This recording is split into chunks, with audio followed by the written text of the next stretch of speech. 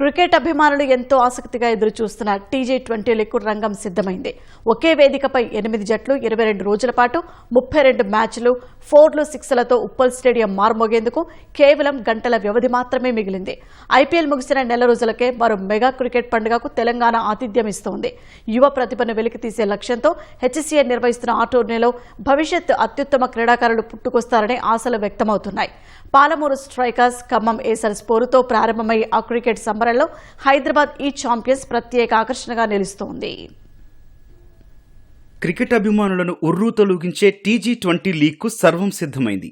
నేటి నుంచి ఉప్పల్ రాజీవ్ గాంధీ అంతర్జాతీయ స్టేడియం వేదికగా 22 రోజుల పాటు టోర్నీ జరగనుంది. 8 జట్లు పాల్గొంటుండగా 32 మ్యాచ్ల్లో ఆటగాళ్లు తమ ప్రతిభను చాటుకునేందుకు సిద్ధమయ్యారు. తెలంగాణ క్రికెట్కు కొత్త దిశ చూపే లక్ష్యంతో నిర్వహిస్తున్న ఈ లీగ్ యువ ఆటగాళ్లకు పెద్ద వేదికగా మారనుంది. హైదరాబాద్ ఫ్రాంచైజీని రామోజీ గ్రూప్ 7.5 కోట్ల భారీ బిడితో దక్కించుకుని హైదరాబాద్ ఈ ఛాంపియన్స్ గా బరిలోకి దించింది. ఆటగాళ్ల వేలంలో ఆల్రౌండర్లకి పెద్దపీట వేసిన యాజమాన్యం సమతూకమైన జట్టును నిర్మించింది. హైదరాబాద్ తరపున రంజీ ట్రోఫీలో రాణిస్తున్న అభిరథ్ రెడ్డికి కెప్టెన్సీ బాధ్యతలు అప్పగించింది. విజయ్ హజారే ట్రోఫీ, రంజీ క్రికెట్లో సెంచరీలతో ఆకట్టుకున్న అభిరథ్ నాయకత్వంపై జట్టు భారీ ఆశలు పెట్టుకుంది. అండర్-19 జట్టు మాజీ ఆటగాడు అజయ్ దేవగౌడ్, భారత్ అండర్-19 జట్టుకు తాజాగా ఎంపికైన Yashveer Goud, opener Sai Vikas Reddy, Mumbai Indians net bowler Pranav Varma వంటి ప్రతిభావంతులైన ఆటగాళ్లు ఆ జట్టులో ఉన్నారు. పలువురు ఆల్రౌండర్లు జట్టుకు బలంగా నిలుస్తున్నారు. వైష్ణవ్ రెడ్డి,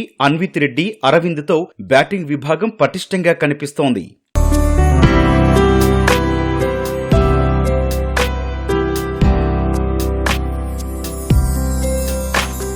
టీ20 ప్రారంభ వేడుకలని కన్నుల పండుగగా నిర్వహించనున్నారు.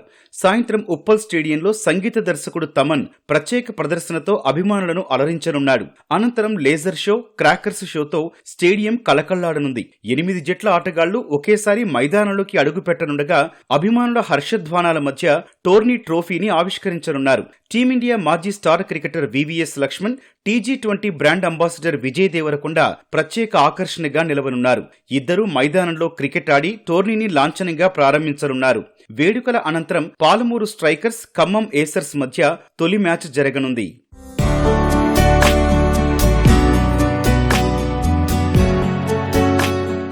అభిమానుల దృష్టంతా స్టార్ ఆటగాళ్లపైనే ఉంది. టీమిండియా వైస్ కెప్టెన్ తిలక్ వర్మను మెదక్ జట్టు 33 లక్షలకి దక్కించుకున్న ప్రస్తుతం భారత ఏ జట్టుకు నాయకత్వం వహిస్తున్న అతడు ఈ టోర్నీలో ఆడతాడా లేదా అన్న విషయంపై ఇంకా స్పష్టత రాలేదు.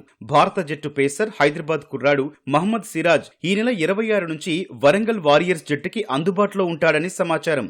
స్టార్ ప్లేయర్లు మైదానంలోకి దిగితే టోర్నీకి మరింత క్రేజ్ పెరగడం ఖాయంగా కనిపిస్తోంది.